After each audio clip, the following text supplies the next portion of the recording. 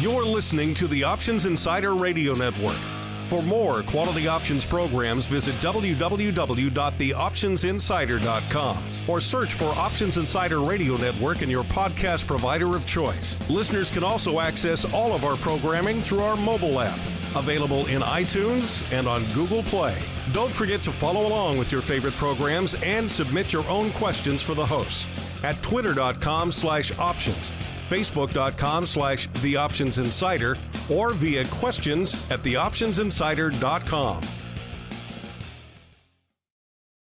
And now, it's time for the show that breaks down the options market, from unusual activity alerts to market analysis, strategy overviews, listener questions, and much more. If it involves puts and calls, then our all-star panel will break it down. It's time to hit the option block with your host, Mark Longo from the Options Insider Media Group, and co-hosts Uncle Mike Tosaw from RCM Asset Management, Andrew the Rock Lobster Joe Vanazzi from OptionPit.com, and Mark the Greasy Meatball Sebastian from OptionPit.com. And now, get ready to hit the option block. All right, everybody. That rocking tune means it's time once again for a little program we like to call around these parts the option block. A little bit of options wit, a little bit of wisdom, a sprinkling, a dash of hilarity, some unusual activity, some education, some analysis. Stir it all together with your questions and appear into the future. And you have the option block. My name is Mark Longo from the OptionsInsider.com, as well as, of course, from the ever-exciting Options Insider Radio Network. Quite a few programs for you guys to choose from. You guys know how to find them. TheOptionsInsider.com. Kind of the mothership. All content flows from there. If you want it on particular platforms, iTunes, TuneIn, Stitcher, iHeartRadio, Google Podcasts, Pocket Casts. Pick your platform, pick your poison.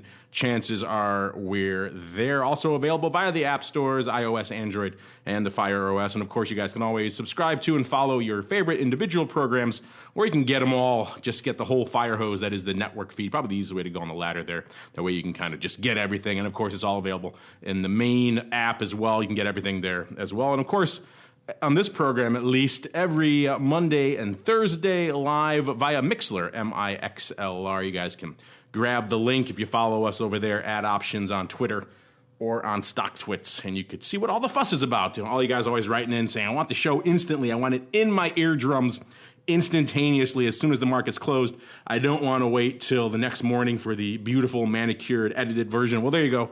We made it easy for you there, Mixlr.com. And of course, if you tune in live, you can always ask questions and bother us and all sorts of other fun stuff. And of course, if you can't wait between the two, the upload of the live recording is also there as well. So if you can't wait till the next morning, you can get that there as well. So made it easier for you guys to find us on pretty much any platform you could possibly think of. And of course, however you get us, make sure you hit us up. Questions, comments, insights, hilarity, jokes. We like those too. Hopefully options-related jokes, but you never know. Hit us up there at Options on Twitter and all the other places, questions at theoptionsinsider.com. You guys know the drill by now. All right, and joining me on the old program today, let's see who we got starting off. Let's go, I think, in order of proximity, though I'm not sure where everyone is. Starting off with the man from formerly Paradise on Earth, now known as the liar capital of the world, St. Charles, Illinois, where they claim to be pickle makers, I should say. But in reality, they're just pickle marketers. Uncle Mike, welcome back to the show, sir. From RCM Wealth Advisors. I claim umbrage to about 70% of that statement with which you just said. But so, good to be so here. So you take umbrage to the true part. The 30% is the part I just added on top, the made-up part. No, I take umbrage to the part. Never mind. You know what? 100% umbrage.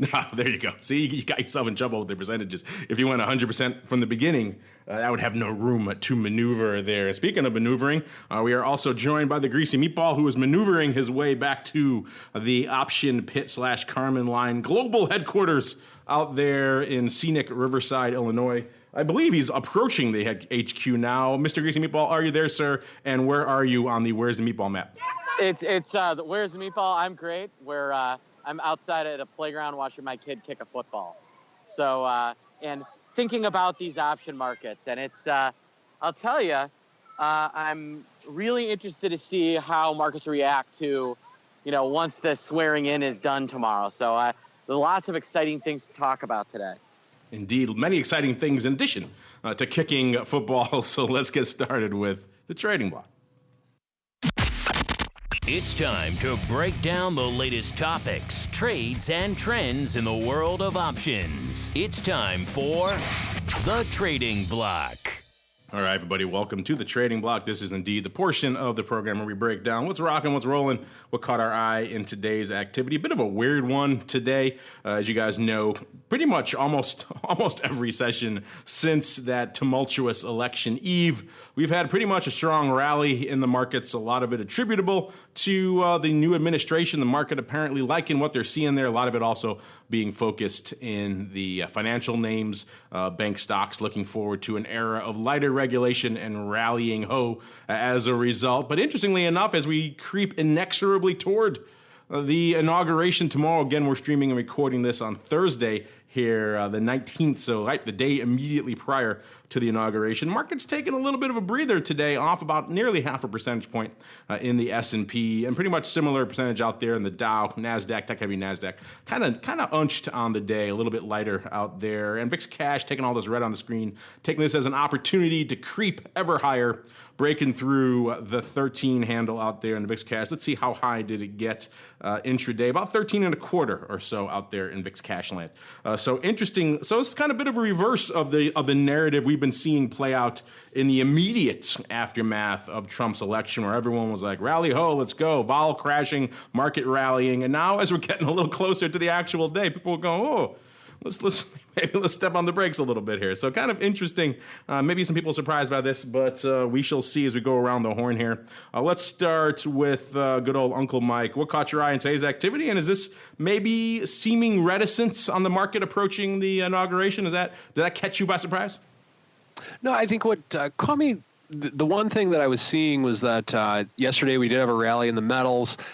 Today we are pulling back a little bit, and my opinion as to what's happening, I think it's just people like me that just want to kind of keep some powder dry before the inauguration. Tomorrow, Trump promised that the day he's inaugurated, he's going to sign a variety of executive orders that very day.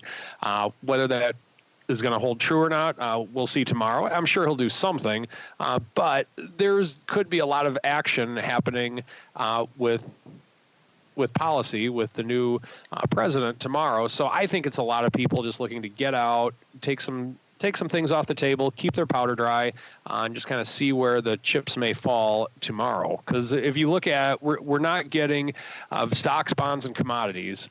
We're not getting any huge rally in gold. We're not getting I'm showing GLD pretty close to flat on the day. We're not getting any rally in bonds. And in fact, TLT is down 80 cents on the day today. We're down in the S&P.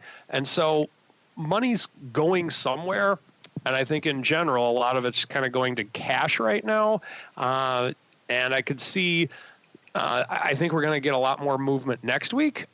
But today, it's really not too surprising, just with the big day coming up tomorrow. It is a big day. It's like non-farms and earnings and a Fed report and kind of everything else all kind of rolled into one. Even though we know what's going to happen, there's not really any unknown factors to it. It still is the beginning. We're embarking on a new and unknown era. And I think a lot of people maybe are just taking a breather and saying, whoa, this is interesting, maybe kind of crazy, maybe fun. Who knows, depending on which side of the fence you fall on. We know the Greasy Meatball falls on the side of the fence. The other side of the kickball field. Mr. Greasy Meatball, what caught your eye in today's activity, sir? I here's the one thing I will say. I cannot wait to say Mnuchin for the next 2 to 4 years. Yeah, I was thinking the exact same thing. I was like, this guy has doomed me in the content business to have to say freaking Mnuchin every day. Mnuchin, I love it. Mnuchin. It's terrible. Mnuchin. Isn't that what Ryu used to say when he was firing his firing ball? It sounds like a Street Fighter. Yeah. Mnuchin. I'm very much looking forward to that.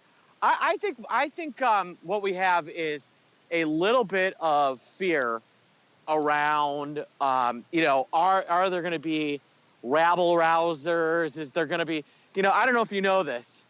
There are some people that don't particularly like our president-elect.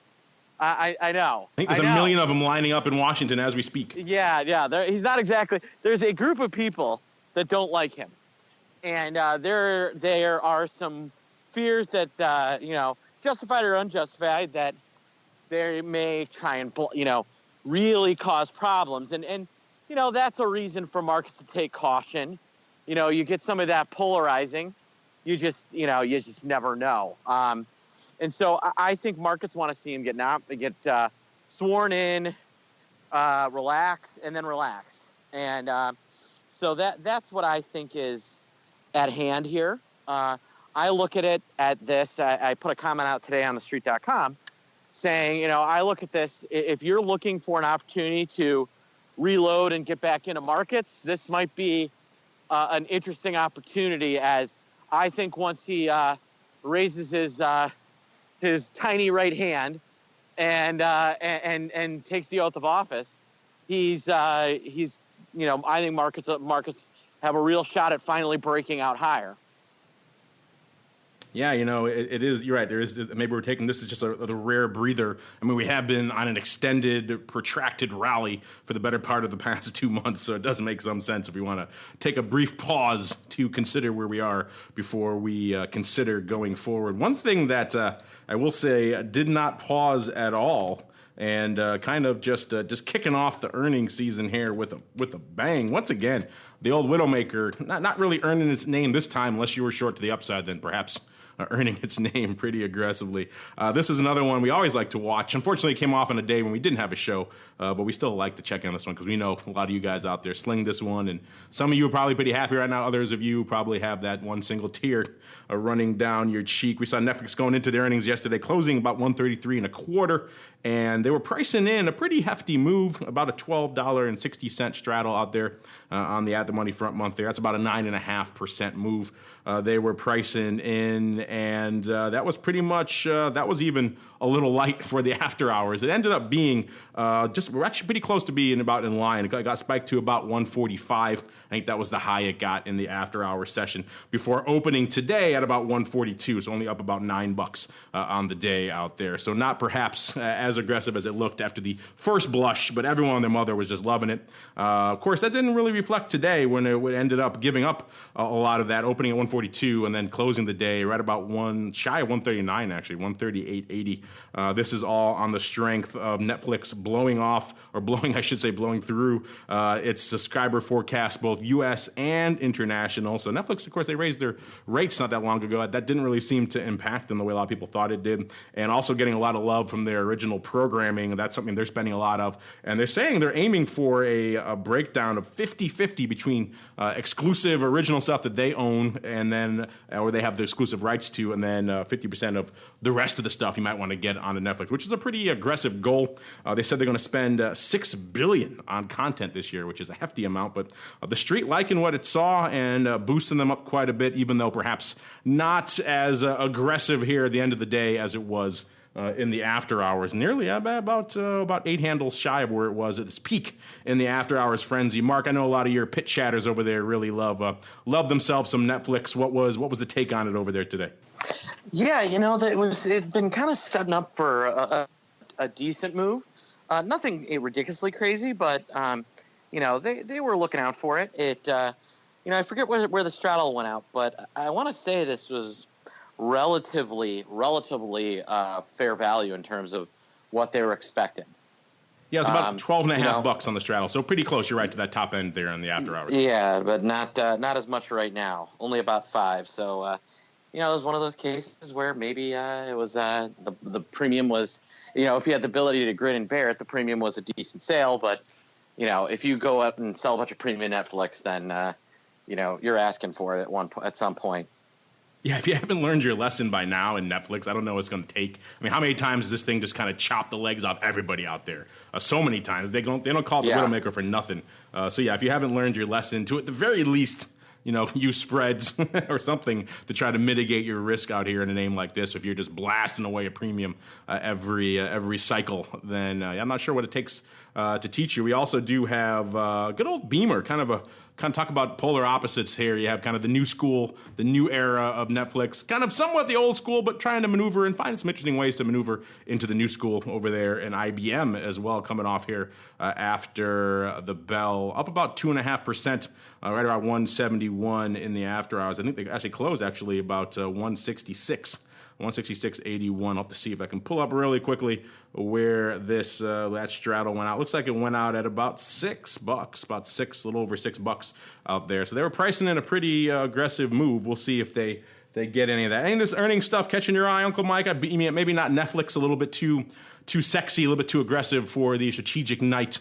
And of course, the Legion of Retirees in the Uncle Mike portfolio there. But what about Beamer? Is that one in the old portfolio? Or you have an eye on that one?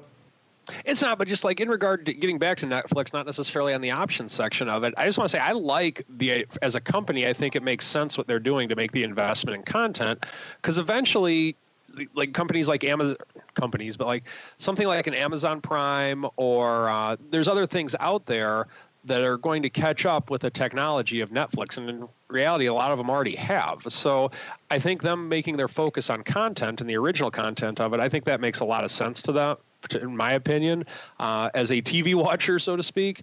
And I think that's going to bode well for them going forward. Yeah, a lot of interesting stuff on the horizon. Usually I will wait for the mail block to ask some questions. People are already asking questions in there, including our friend Real Arcade. I'll bump one up really quickly here in the trading block. He's asking, everyone thinks the dollar is going to continue to rally. Should we expect a sell-off in the dollar? Obviously, the dollar has been a very interesting thing to watch of late, big driver in a lot of products across the board, particularly on the commodity side. We talk a lot about gold and others. Dollar, a big driver there. I don't know, Mark, we don't talk about currencies that much on this show, but what are your broad thoughts here in terms of dollar? Dollar sell-off on the horizon, or you think we're going to rally ho mode in the near term? I think it's had a nice run. I don't know how much more legs there is to it. There's a couple of good reasons for it. One is this tax policy that they're discussing. Two, just the potential for economic growth here. Three, higher interest rates. I mean, there's a lot of good reasons for the dollar to get strong, but probably overdone, probably getting tired. It's not. I think it's kind of run its course. And in addition, I don't think it's going to have the same effect on earnings this time because one, we're not in an earnings recession, and two, there is a feeling that these companies have now seen this and are prepared and are better prepared for it. So, could the dollar get a little stronger? Yes, probably not. Not if they don't really get serious about this import-export tax, but. Is it likely to move a lot higher from here? Would not take that side of the trade. I would agree with you on that, Mark. I think that the one thing that the dollar has in its favor is if you look at currencies, they're very trending. They're not like much like your wardrobe. Very much so. I am a very trendy kind of guy, but. When you look at something like you're not going to have like a ginormous move in the dollar like you are in Netflix, for example. It's very much a trending style instrument. So I think that because of the fact that it is in such a strong uptrend, that's the one thing that the dollar bulls have in their favor right now. The dollar bears, Trump is someone who, he just tweeted the other day how he says how the strength of the dollar is killing us with China, and immediately we had a rally in gold and silver. So I think that with his policies, he's going to aim to get a weaker dollar with what he's doing. Now, how that's going to play with interest rates, not sure yet, but there's reason to believe that government policy is going to favor a weaker dollar in the future. And along with the fact that everything does come to an end at some point.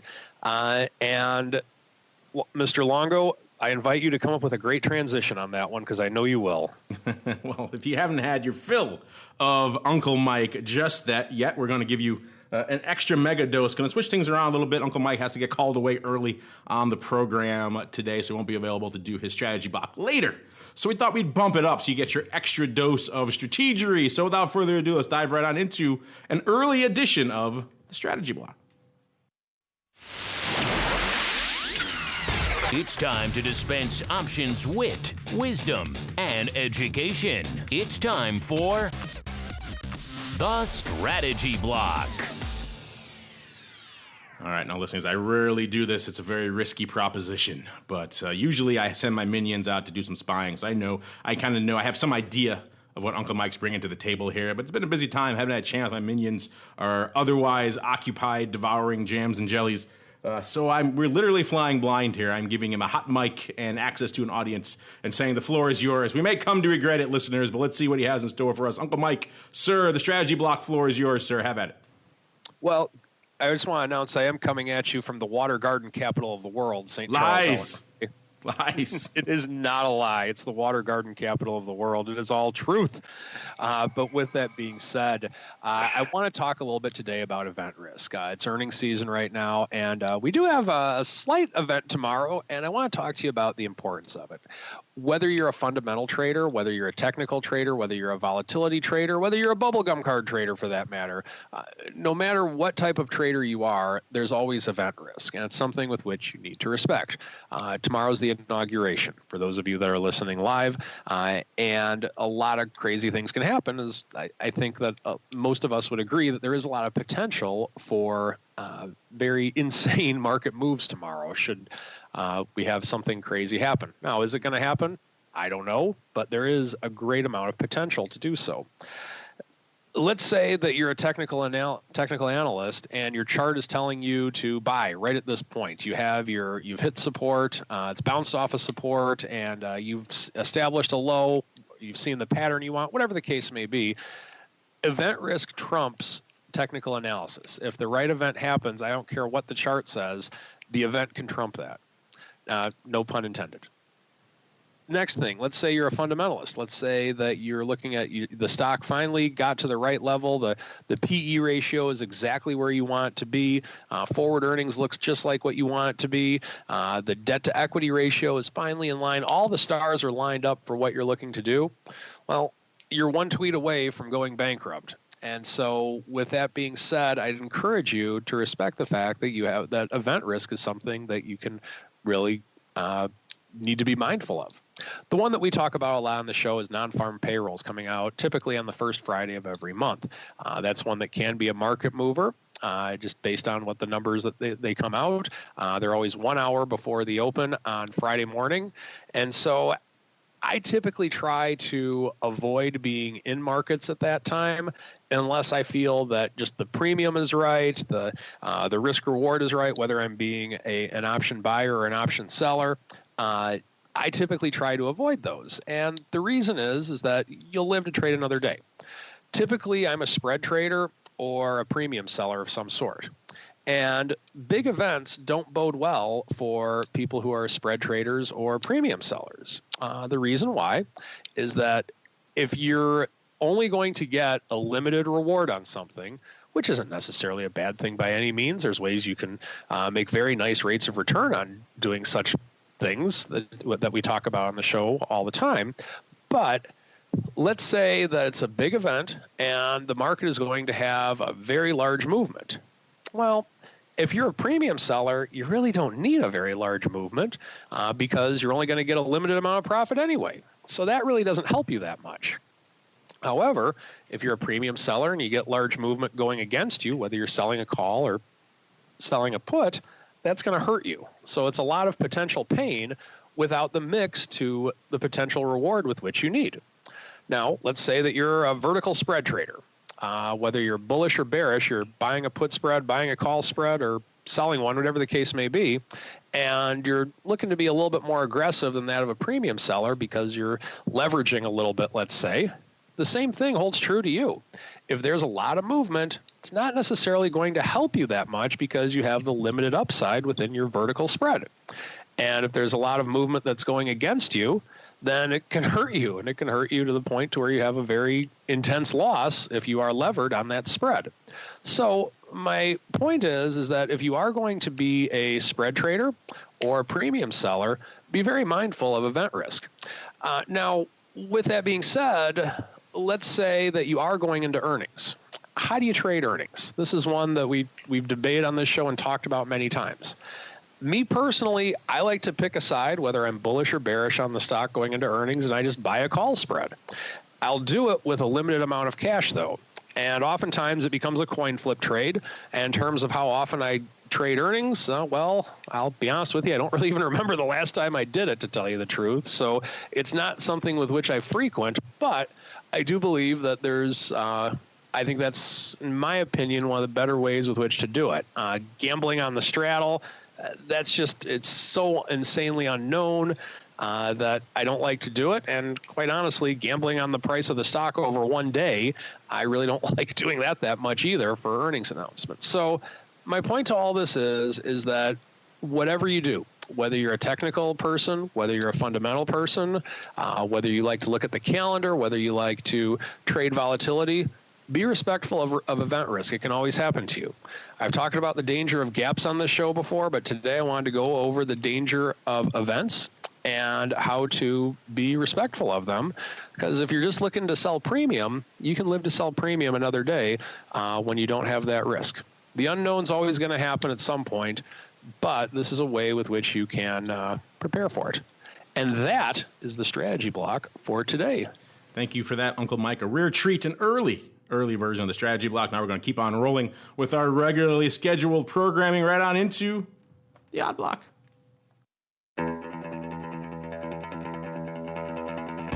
It's time to break down the most interesting, unusual, and downright questionable options activity that's been identified by theoptionsinsider.com. It's time for the odd block.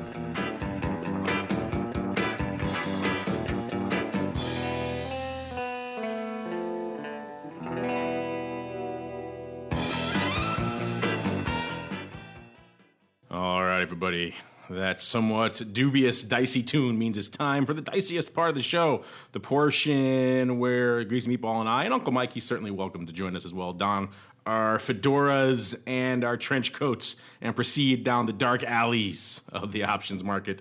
Going to kick things off in the realm of Triple D. No, not that Triple D, listeners, not the Greasy Meatball's favorite Triple D. The other Triple D, which is, of course, 3D Systems Corp.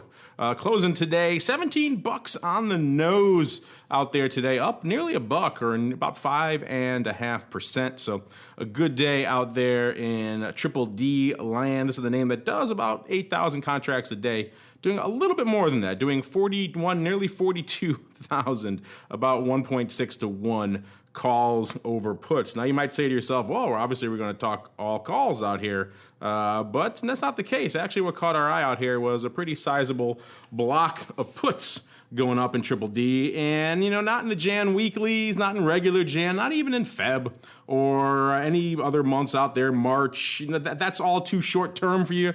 Well, don't worry, we got you covered here, going all the way out to May. Well, this one might be our first May trade we talked on the odd block this year, and we got the May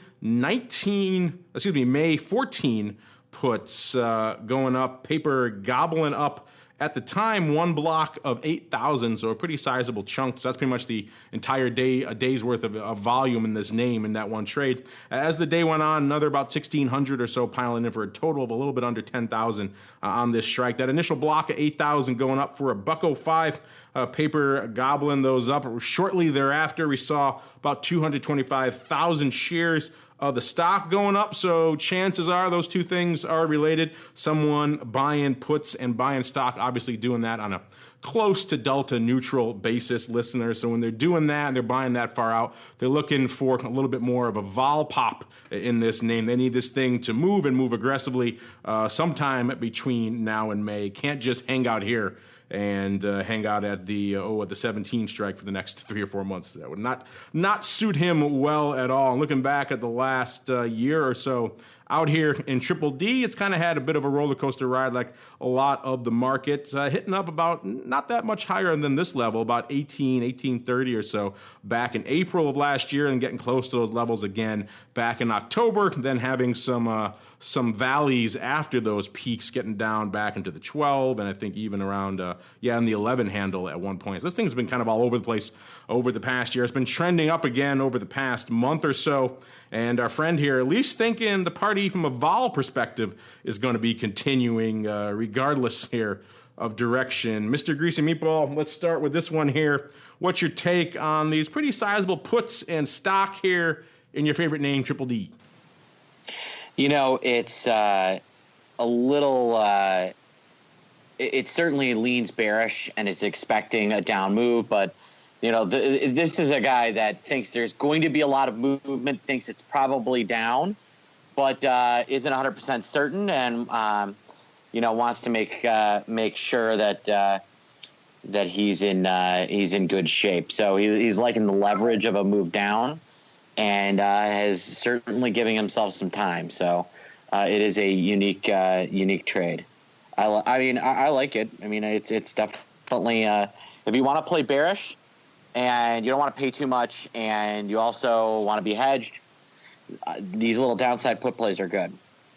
And not a bad way to go. Obviously, covering your bases there in case the worst does not come to pass. You got a little bit of some stock in your back pocket, but in case it does come to pass, you're also looking pretty good there. Again, kind of just having problems if it kind of just vacillates and doesn't really do much. Then that one not working out really for anybody, at least for our friend there. Moving on to one of my favorite tickers here, Mr. Greasy Meatball. Almost called you the Rock Lobster. Caught myself at the last minute there, just because the ticker implies something so much better than it is. AVP. So you're thinking Alien versus Predator. You're thinking crazy, insane 80s action, or perhaps modern incarnations therein, which are a little bit less than their 80s incarnation, but still certainly more exciting than Avon Products, which is of course what AVP actually stands for. Closing today, $5.44, off about 20 cents, or about 3.5%. So not the best, shiningest day here for good old AVP.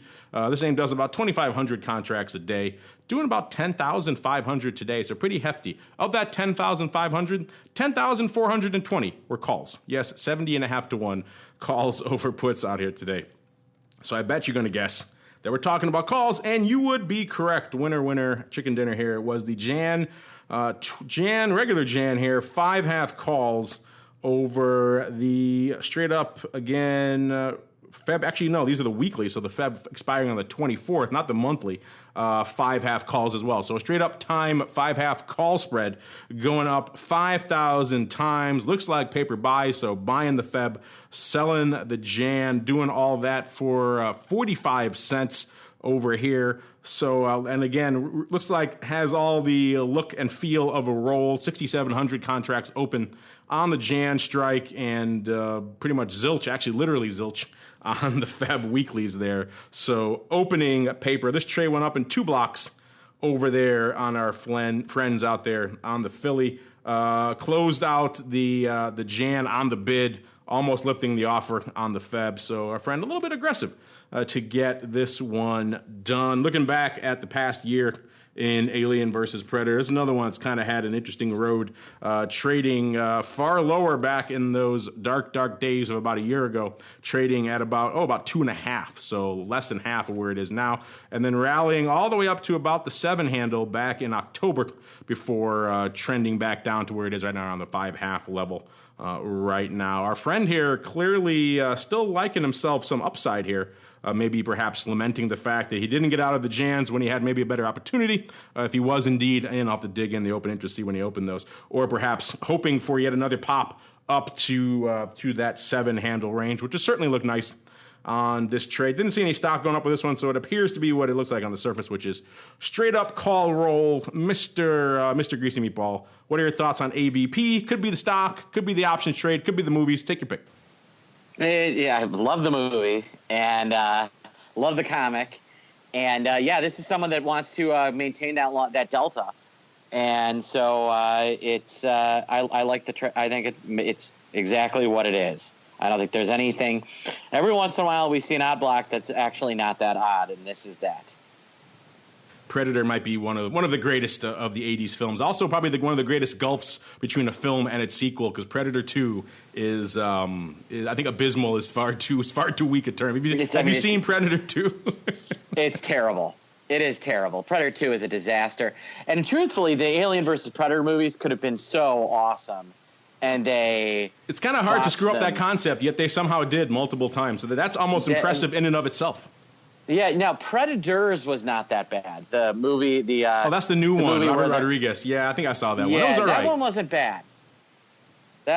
bad. But and I think that there's another Alien movie coming out, Alien/Predator-y movie coming out that it's got to be better. I definitely want to see. They screwed up all of them because they did Prometheus too for Alien. That was also terrible if you saw that. So yeah. Somehow they keep screwing these up. What we need J.J. Abrams to take this one over. This needs to be the 5th franchise he has to resurrect, apparently. Apparently Ridley really. Scott can't even get it done. He, of course, of early Aliens fame, and Prometheus, if you saw it, not exactly the style. I think these franchises are just doomed to not do well. But the stock, at least, maybe has a better horizon. At least our friend here thinking so from an options perspective. We could do a whole segment on 80s films and their subpar sequels. Instead, we'll wrap up here on the Odd Block with Union Pacific. This is the name we haven't talked about in a long time.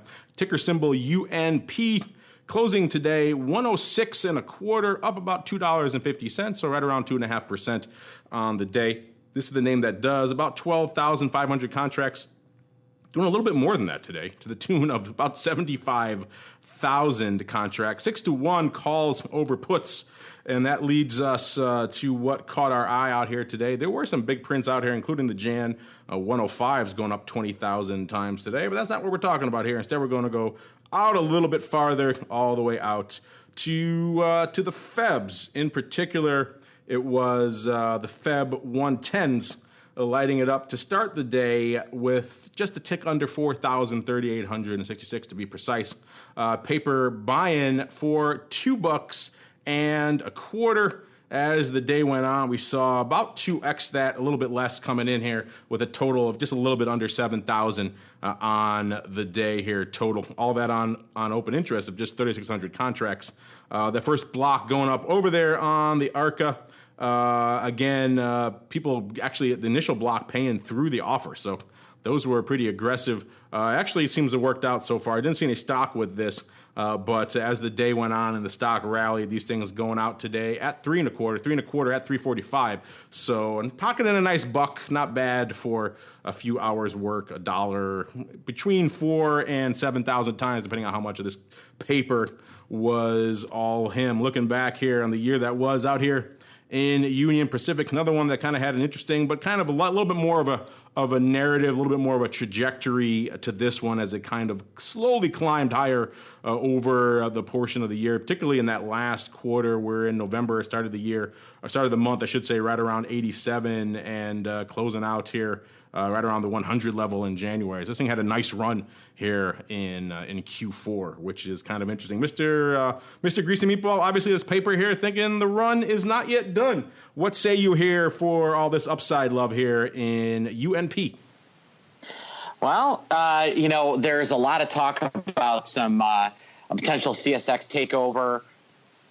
So not surprised by this move. There's all sorts of rumblings about some consolidation in the rail industry, especially if they build that pipeline, if they continue to push coal in different directions. That could be could be interesting to see how freight moves around. So that is definitely unsurprising given the way the rest of the rails move today. Yeah, rail's feeling some love post-Trump, and this one no different as well. All right, let's keep on rolling. It is Monday, but we got a little bit of time, so we're going to hit up some of your questions with the mail block. It's time to take your seat on the All-Star panel as we read your emails, tweets, Facebook messages, website comments, and much more. It's time for the mail block. All right, Mark, we were talking movies earlier, and our question of the week this week has a bit of a movie theme to it. We said, hey, earnings season is awakening. So how do you guys play earnings using options? Are you an earnings #Jedi or #Sith? And so we gave you guys 4 choices. Dark side, very straightforward. Short premium. Light side, also very straightforward. Long premium.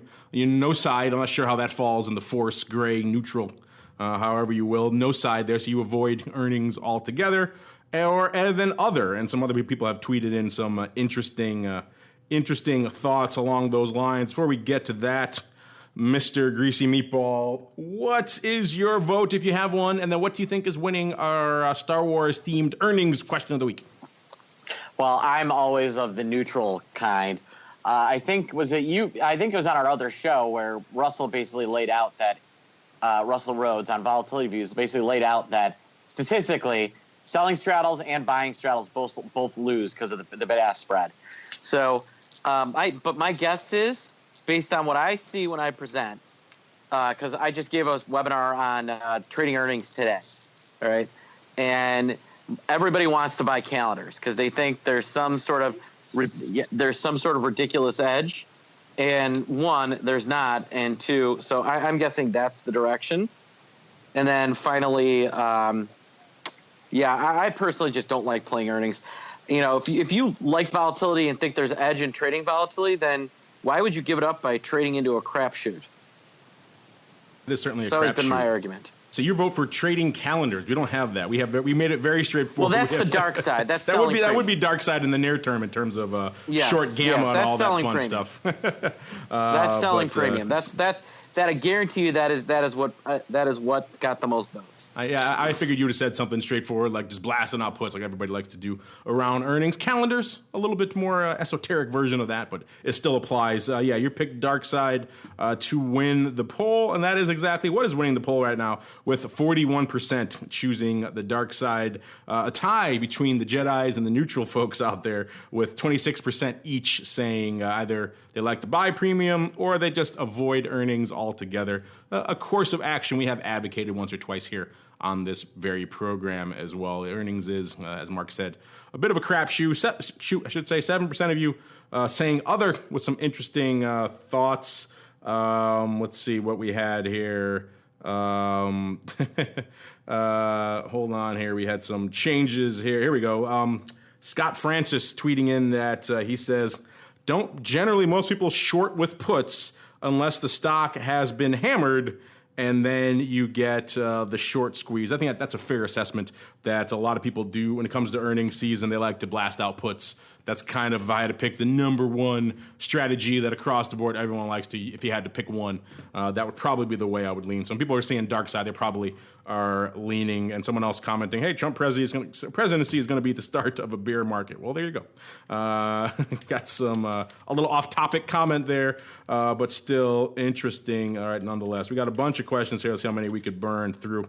This is one that came in from, I think a week or two ago when we had Kevin Ott from Lightspeed on. This one comes from Piggyback. He said, hey, I learned about Lightspeed from your last show. I checked out their site, and I saw a 60-cent per contract fee, but I don't see a ticket charge. Do they have one? So I actually put that question to Kevin. I said, hey, what's up? Do you guys have a ticket charge? And here's what he said. He said, no ticket charge on options. Will tier commissions based on activity. At the lowest level, we'll charge 60 cents a contract with a $1 minimum. So a 5 lot would be $3. You can go down to 20 cents a contract if you're super active, or 0.2 cents a contract for if you're super active in the tiering schedule there on their website. They say, hey, mention us when you call them Options Insider. You get a nice nickel off, so we'll give them a little free plug there. So there you go. You guys asking about Lightspeed. No ticket charge, which is nice and kind of refreshing, just all geared towards activity. I know, Mark, you use Lightspeed once in a while, and you're familiar with the old Live Vol X platform that they've kind of incorporated. What are your thoughts there on having no ticket charge? Kind of nice. I use it all the time. That is my trading platform that I use. I love it. And, there's no ticket charge. So, and really, the nice thing is that right now, there's a lot more to it. It's super cheap to trade on because they kick back fees, PFOF fees back to you, which is nice as well. And so it's a really nice platform, and I enjoy trading on it. And the fee structure is great. They kick back and PFOF, if you're active like that's myself, nice. It's even cheaper. Yeah, if you kick back PFOF, that's a nice thing. You don't see usually brokers pocket that. How generous of them. All right, we got all kinds of crazy ones here, Mark. How about this one from? By the way, I should mention, if you're saying where's Uncle Mike, he didn't get a chance to chime in. He had to run a little bit earlier than planned. He has to go off on his time. Hopefully, no dental emergencies summoning him away. So he'll be back, of course, next week. Let's see here. Question here from Ski or Sky. This is an interesting one, Mark. Gets to options eventually. As for the repealing and recall of Obamacare, how do you price leaps on Spider Biotech? He says someone bought 340 of the Jan 2018 55 puts on XBI. XBI, of course, listeners, being the aforementioned Spider Biotech Index, which is trading 63.62 today, off about 1%. He says, is this a bet on the repeal of Obamacare? If so, are leap puts a good way to go? Well, let's dig into this a little bit. Let's go all the way out. He says Jan 2018. So a bit of a ways. I'll have to scroll a bit. Here we go.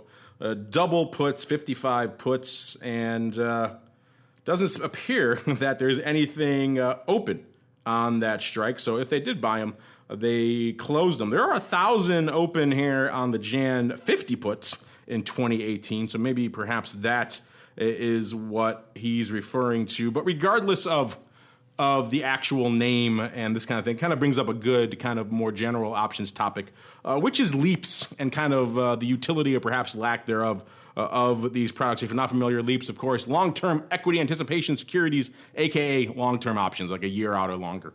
They all pretty much qualify under the leap mantle there. And leaps are interesting because, as we said before, these you're going farther out, so you don't get all the gamma and all the fun stuff we talk about when we're trading, like the weeklies and the front month and all the other cool stuff that we're talking about here on a regular basis. Now, obviously, we don't know the time frame for an repeal of an Obamacare, so you may be forced into a much longer term bet than you would like to. There is an advantage to doing that versus rolling a monthly or perhaps a quarterly put. It's going to save you in the long term. If you have to go the entire year, it is going to be cheaper to buy that put. The problem is leap puts, of course, farther out you go, that delta is not going to be as good. So you need a nice, really hefty move. People are always surprised. They think they bought a put and like, oh, I'm covered, but they don't think that it's actually a year away. So the delta is pretty low, and the actual amount of hedge, meaty speculation, delta you're going to get from that in any sort of move is going to be very mitigated. So bear that in mind. You need a pretty aggressive move for those leap puts, 50 or 55, whatever strike you're looking at here, or just leaps in general, to really pay off. I don't know, Mark, if you have thoughts here on specking on Obamacare using the Spider, feel free, or just thoughts on leap puts in general. I know you're probably not a big of a fan, kind of like me, but there are some use cases. What are some of those use cases you like? Yeah, there are some use cases. The problem you have with leap puts is interest rates are going up, which is going to hurt them. Maybe dividends will go up, but I think there are better ways, especially in specific names, than using leaps. And they just keep getting more and more and more and more expensive right now. So there's some issues there. If you set up as a put spread, take advantage of some of that skew, or you're gonna go long puts and then sell premium in front of it, there could be some things to do there. But outside of that, I think you've got, I don't love leaps that much. Yeah, obviously, I like that combo of the long leap with selling near term premium. The problem, obviously, then is a timing issue and being deft enough to avoid when and if the Obamacare repeal does happen, you're not caught short a ton of front month gamma with only a leap put to back you up, because that's not really going to work out very well. So that's the challenge there. But that is one way you could finance and maybe even pay for all of that leap puts if you were a little bit deft on the premium writing side. But in general, it's certainly better than nothing if you have no real thought on the time frame. And really, who does when it comes to a lot of this stuff? You might want a little bit more time on that one. So a leap could work out, but just remember, it's a long-term contract, so it's not going to deliver probably the bang for the buck that you might expect. All right, let's see here how we're doing on time. We got time for a couple more. Since we're talking puts. People all over the board, these questions, I love them. This comes from Sean. He says, if a trader thought that a price was going down, I love the language here, wouldn't a put have been the best trade in the Asian session? I'm not sure exactly what you're referring to here, Sean, which move it was. Maybe he's talking back, we had a bit of a sell-off in the overnight a few weeks ago. But in general, your question, the utility of it, if markets are plummeting, puts tend to work. People always ask us, they think, that's actually a very common, an iteration of that is a very common question we get, which is if the market's just completely fallen out of bed, what option strategy you recommend? People always expect us to come up with some crazy, exotic 1/3 ratio iron condor swap or something like that. Problem is, none of that stuff works when everything's falling out of bed. And so simple stuff works. If you can get a put in that environment and the market's falling out of bed, go for it. If you can short the stock, if you can short a future, go for it. That works. It's simple, but it works. We don't talk underlying a lot here, but in those environments, a complicated won't work. Multi-legs, forget about it. You're going to have to get a put and try to ride it down as fast as you can. I don't know, Mark, you've been managing Carmen Line now under some interesting scenarios, including, of course, Brexit and the election, where we had that overnight panic and then the subsequent rally and subsequent sessions. So what are some thoughts on use cases for options? It could be in overnight sessions or just maybe in those periods everyone's always asking us about what happens when the market's just falling out of bed. What are some good use cases there? I mean, I think the best way to trade those overnight tends to be futures. There aren't a lot of options that are really liquid. Now, I know they have VIX and SPX options overnight, but you could drive a school bus through the spread. So now, if you've got some stuff sitting in the book, maybe you can go out and scoop it. But, in the overnight session, I continue to think, if you really need to get some delta, about the only way to do it without getting completely taken out to the cleaners is via futures. Yeah, futures. Unfortunately, the only way to go. We don't always recommend underlying here, but that actually works in those scenarios. Real RK here also chiming in. I'll give him another shot here. Chiming in on his comment from before. He says, going back to his dollar question earlier, says the reason I think this may happen in terms of the dollar sell-off being overdone, I think, was Trump is so intent on bringing back jobs for exporting, we can't have an overvalued dollar. Could be reason for proxy bets in GLD of late. Total speculation on my part. He also says in the likes of Jim Rickards speculating on currency wars. If countries stop seeing the dollar as a safe haven with the China situation, where do funds flow? I like GLD and SLV. GLD and SLV certainly seem to work. SLV's had some interesting moments of late. If you want to check out an interesting SLV trade, actually go back about a week to, I believe it was the strategy block where Uncle Mike kind of outlined a very long-term position he put on out there in SLV. It might be informative, illustrative for you on some longer-term positioning out there in the metals. It's kind of interesting stuff. Check it out. Maybe we'll see if we can pull it out and make it its own little separate thing there too. But I mean, go back and check out. Obviously, probably would be last Monday, I believe, because that would be our last strategy block. So check out that episode if you are indeed so inclined. All right, great questions from everybody. Now we got to keep rolling. If we didn't get to yours, I'm sorry. We'll get to them next week. We'll keep on rolling, though. Into our final segment. It's time for Around the Block. It's time to tell you what we'll be watching on our trading screens until the next episode. It's time for Around the Block. All right, everybody. Welcome to Around the Block. This is the part of the show where we tell you what we're keeping an eye on for the rest of this week into the weekend. And I kind of wonder what that could be on a day like today where there's really nothing on the radar, nothing really happening tomorrow of any significance or import really for the markets or for the broad country as a whole. So not really much to watch. That said, kind of a quiet day tomorrow, Mark. Anything at all really on your radar tomorrow? No, nothing. There's absolutely nothing on my radar. You're closing out what the firm. What would possibly be on my radar tomorrow? Carmen Line closed for business tomorrow. Yeah, no, I'm taking tomorrow off. I'm not doing anything. No, what you're doing, you're buying some leap. Got the inauguration. You're buying some leap. If that goes smooth. Yeah, my gut says if the inauguration goes smooth, it's going to be off to the races. But who knows? I mean, it's kind of weird that we're having this little bit of a sell-off. People are a little bit hesitant because I don't know what they expect this guy to do, and they think he's going to just come out on this, take the stage and just breathe fire. I think it's the protest groups. No, they're worried about the protest groups, not him himself. That's what I think is causing the trepidation. I don't know if you've read. There's some of the hard left can be just as violent as the hard right, and that is what is worrying people. You hear, complaints about some of the super hard right, alt-right. The alt-left can be super violent and disruptive, and so that's what I think people are worried about. Well, there are a million angry ladies there lining up in Washington right now. Maybe the market is taking pause for that. Speaking of pausing, we got to wrap up this crazy freight train here called the option block. There we go.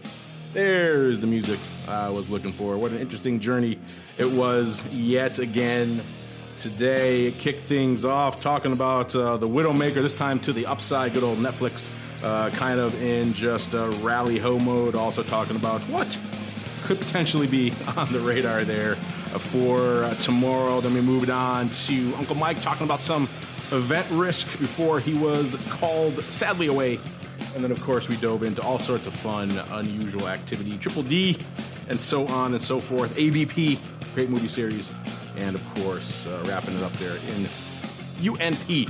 Union Pacific. Then a bunch of your crazy questions. We love them. The crazier, the better, including our debate about, and this, you haven't voted in our poll yet, you still got a couple days left. It's our question of the week, so it expires at the end of the week. Dark side, light side, how do you view earnings? Let us know at Options over there on Twitter to make your thoughts heard. Then, of course, speculating on the madness that is to come tomorrow. But before we go, Mr. Greasy Meatball, you said you just finished up an earnings trading webinar. What else is cooking in the land of the pit? That's it. We got we're doing if you're not on our email list, make sure you are. We're doing a webinar next Thursday on earnings. I'm going to look at some live earnings and stuff like that. And then February 4th, we're doing our next Saturday class on buying premium and managing gamma. Buying premium. Oh, trading from the light side. That's what you should call it. My invoice will be in the mail for marketing forthwith, sir. Check it out over there, optionpit.com, to learn more if you are so inclined to sling from the light side. Uncle Mike had to run, but of course, check out his book on Amazon, Going Long, The Price of a Cup of Coffee. His last name, Tosaw, if you are so inclined to look for him. Or you can reach out to him. I know he loves to hear from you guys. The easiest way to hit him up with any questions, or if you want to become a client, it's Tosaw, Tosaw, at rcmfs.com. And on behalf of Uncle Mike and the Greasiest Meatballs, and indeed myself, I want to thank all of you out there in the listening audience for downloading, streaming, subscribing, and of course for all of you tune in live. We love you guys too. And stay frosty for tomorrow. Should be an interesting one. And we'll see you next week. Actually, by the way, of course, make sure you tune in again tomorrow live here via Mixler. We got Vol Views coming on noon Central, and then followed shortly thereafter by TWIFA, This Week in Futures Options, at 1:30 p.m. Central. So a couple of live shows in the hopper for you tomorrow. Hope to see you then, and we'll see you next week for more of the Option Book.